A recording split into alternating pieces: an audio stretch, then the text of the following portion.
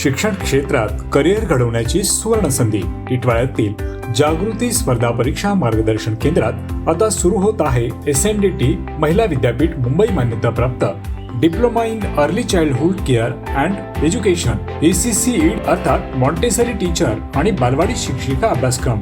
एका वर्षाचा रोजगारभिमुख अभ्यासक्रम मराठी, हिंदी आणि इंग्रजी माध्यमात उपलब्ध. किमान 12वी उत्तीर्ण विद्यार्थ्यांसाठी प्रवेश सुरू असून शनिवार रविवार बॅचची सुविधाही उपलब्ध आहे. मर्यादित फक्त 25 प्रवेश. आजच संपर्क साधा आणि बाल शिक्षण क्षेत्रातील आपल्या उज्ज्वल करिअरची सुरुवात करा. जागृती स्पर्धा परीक्षा मार्गदर्शन केंद्र, टिटवाळा. अधिक माहितीसाठी स्क्रीनवर असलेल्या नंबरवरती संपर्क करा. KDMC शिक्षण मंडळाच्या गलथान कारभाराचा फटका विद्यार्थ्यांना. 11वी प्रवेश प्रक्रिया धोक्यात. मार्कशीट व शाळा सोडल्याचा दाखला न मिळाल्याने पालक संतप्त. कल्याण डोंबिवली महानगरपालिकेच्या शिक्षण मंडळाच्या कारभाराचा फटका नेतिवली येथील प्रबोधनकार ठाकरे मनपा शाळेतील इयत्ता 10वी उत्तीर्ण विद्यार्थ्यांना बसला आहे. 10वीचा निकाल लागूनही विद्यार्थ्यांना अद्याप मार्कशीट आणि शाळा सोडल्याचा दाखला मिळालेला नसल्याने 11वीच्या ऑनलाईन प्रवेश प्रक्रियेस अडथळा निर्माण झाला असून विद्यार्थ्यांचे शैक्षणिक वर्ष धोक्यात येण्याची भीती व्यक्त केली जात आहे. शाळेतील इयत्ता 9वी व 10वीला शिकवणाऱ्या 4 शिक्षकांना 7 मे रोजी कार्यमुक्त करण्यात आले. मात्र त्यांच्या जागी नवीन शिक्षकांची नियुक्ती न झाल्याने प्रशासकीय कामकाज ठप्प झाले आहे. परिणामी 10वी उत्तीर्ण विद्यार्थ्यांना आवश्यक कागदपत्रे मिळालेले नाहीत. या पार्श्वभूमीवर पालकांनी माजी नगरसेवक सचिन बासरे आणि शिवसैनिक सुरेश तलवणे यांची भेट घेऊन व्यथा मांडली.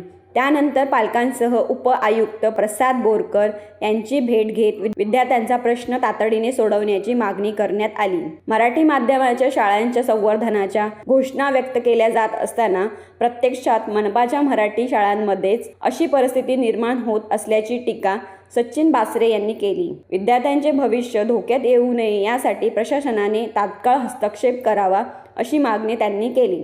दरम्यान शाळा बंद करण्यात आलेली नसून शिक्षकांच्या बदल्यांमुळे काही प्रशासकीय अडचणी निर्माण झाल्याचे उप-आयुक्त प्रसाद बोरकर यांनी स्पष्ट केले आहे. विद्यार्थ्यांना तातडीने मार्कशीट व लिव्हिंग सर्टिफिकेट देण्याचे निर्देश देण्यात आले असून संपूर्ण प्रकरणाची चौकशी करून जबाबदारांवर कारवाई केली जाईल असे त्यांनी सांगितले. आता सध्या त्या ठिकाणी त्या गेटला देखील लॉक मारलेले आहेत. तुम्ही जाऊन म्हटलं आत्ता पण बघा, मी आत्ता थोड्या वेळापूर्वी पण इकडे गेलो होतो. मी तिकडचे फोटो तुम्हाला काढून इकडे आणणार होतो, पण मला ते योग्य नाही वाटलं. कारण कशाला आपल्याला ते आपल्या मुलांकडे आपल्याला बघायचं आहे. मला ते करून काय फायदा आहे का? मला ते काहीच करायचं नाही. राजनीती काय जे आता साहेब म्हणतात त्या पद्धतीने राजनीती एकीकडे आणि स्लम मुलांचं भविष्य एकीकडे. तुम्ही प्लीज सगळं असं खिचडी करू नका. आमचं जसं चाललं होतं तसं चालू द्या. आम्हाला कुणावरती आक्षेप घ्यायचा नाहीये. आमची मार्कशीट, लिव्हिंग सर्टिफिकेट, आमची 9वी 10वी जशी चालू होती, काय माणसं भरायची काय नाही भरायची ते तुमचा प्रश्न आहे. तुम्ही बोलता मराठी शिका आणि मराठी बोला. मी भैया आहे, मी UPची आहे आणि मी माझ्या पोरांना मराठीमध्ये टाकलंय. आणि तुम्ही मराठी शाळा बंद करणार तर आम्ही काय करणार? नंतर तुम्ही बोलणार की तुम्हाला मराठी येत नाही बोलायला. हो, एकदम महत्वाचा मुद्दा आहे. तुम्ही UPचे आहे का? हो, मी UPची आहे. आणि माझी पोरं मराठीमध्ये शिकताय. नेपाळचे आहेत, मराठी शिकवतात ते आपल्या मुलांना. प्लीज आमची रिक्वेस्ट आहे, आमची शाळा बंद करू नका. यांना कशी मराठी येणार त्यांच्या मुलांना? चला, एकदा मिनिट. शेवटचा दिवस आहे, काय भूमिका असणार?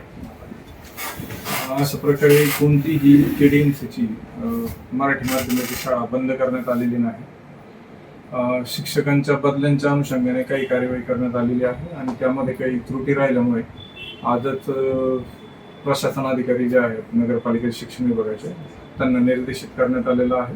कुठल्याही प्रकारे कोणत्याही विद्यार्थ्यांची गैरसोय किंवा अडवणूक होणार नाही याची पूर्ण दक्षता घेण्यात यावी. सर, जे संबंधित शिक्षक जबाबदार आहेत त्याच्यावर कारवाई होणार की नाही? सदर अनुषंगाने योग्य चौकशी करून योग्य कारवाई पुढे करण्यात येईल.